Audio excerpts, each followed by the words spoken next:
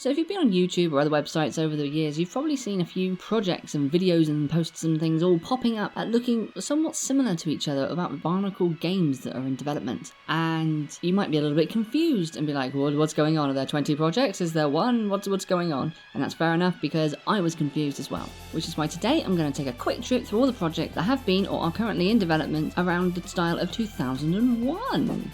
Hi everybody, it's Tammy. So first up, it's an obvious one, but just to get out of the way, I'm going to talk about Monog, or the Mutanui online game. This is for a lot of people like the heart of the 2001 storytelling, and it was indeed the main way that the story was told during 2001. It was released throughout chapters every month or so, and it actually continues Takua's story from the Game Boy Advance game Quest for the Toa. Another reason that's worth bringing it up right now is because the underlying technology which Monog is built on, which is Flash, has had its support withdrawn over the years by Adobe, who are the company who made the standard. But the real death knell for it really was when Microsoft removed support for Flash Player on New Year's Day of 2021.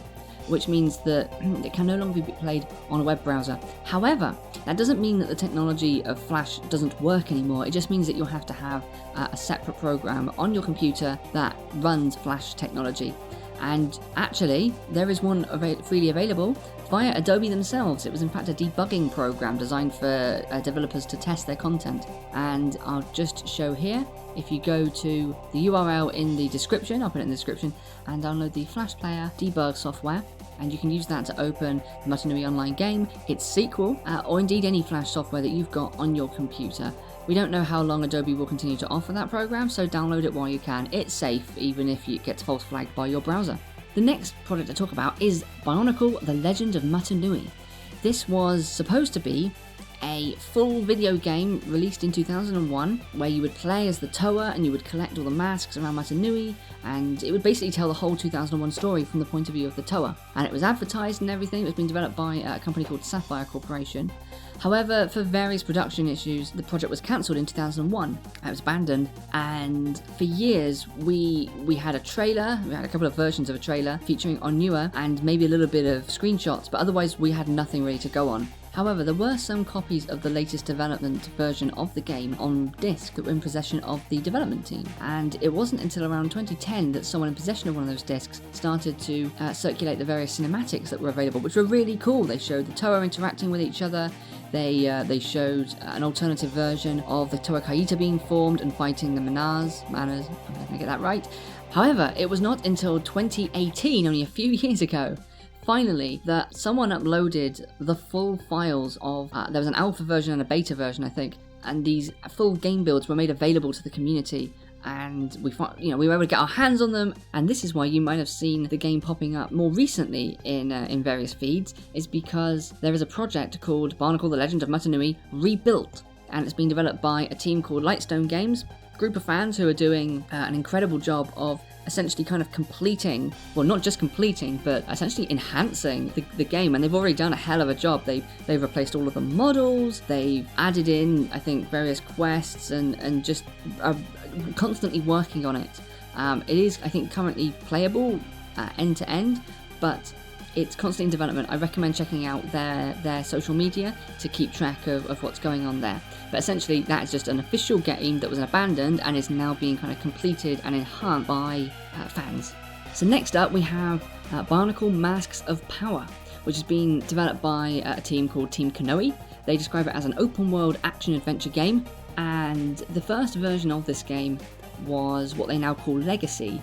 It was originally released in 2016, so about 5 years ago, and as they've taken on more staff, they've been enhancing that project as well. That was built from the ground up, like they wanted to kind of create a 2001 style game, but with modern tech. And then I think a year or two ago, they decided to sort of scrap the original engine that they were using, or the original kind of build of the game, and kind of start again from the ground up with the benefit of what they've learnt.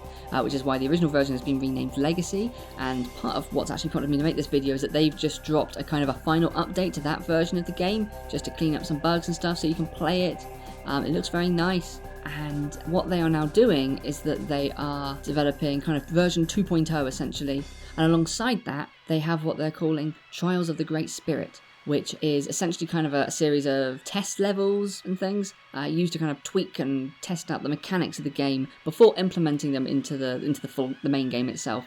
It's in development. Again, URL and things will be in the description. And then finally, we have Bionicle Quest for Matanui, which is being developed by a team called Craney Creations, and they describe it as an open world RPG, so not to be confused with an open world action adventure game. It was originally going to feature 6-player co-op multiplayer, but that was dropped some time ago, which disappointed some people. It's gotten some publicity recently because it was able to release a trailer confirming that some lines have been recorded for free by Tony Wedgwood, who was the voice of the Bionicle adverts and short movies from around 2007 to 2010. It is, however, a slightly controversial project because it is being built on the StarCraft 2 engine. So it's in effect a large-scale mod or an overhaul mod of StarCraft 2, which means you need to have a copy of the game StarCraft 2, which I believe is free, or at least the engine is, but you also need to make a Battle.net account with Blizzard, which isn't fantastic. Also, Activision Blizzard are a scum corporation who foster an abuse culture and banned pro-Hong Kong streamers. So there has been some concerns about the viability of this mod, because the terms of Blizzard's contract with mods essentially is that whatever you make using their engine, they own. If you want to know more about this, TTV have done a couple of pretty good videos on the subject. We'll link them in the description below. It's very, very pretty, or at least the trailers are. And one thing I will stress is that it's not easy to make a pretty trailer, but it is one thing to make a pretty trailer and some pretty kind of assets and a world and stuff. It's a whole extra kettle of fish to make mechanics and a full game experience using that art style that you've developed. I hope that both these games come to fruition.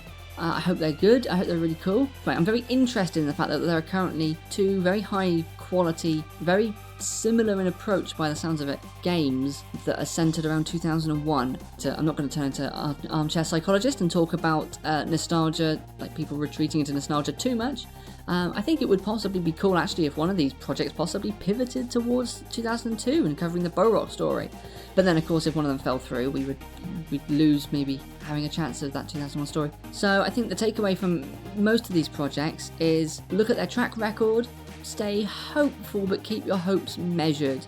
Again, and I don't say that as a slight on the developers, I just know that this sort of thing is a hell of an undertaking, and sometimes for reasons that are beyond anyone's control, be it just legally or practically, they just sometimes don't come to fruition.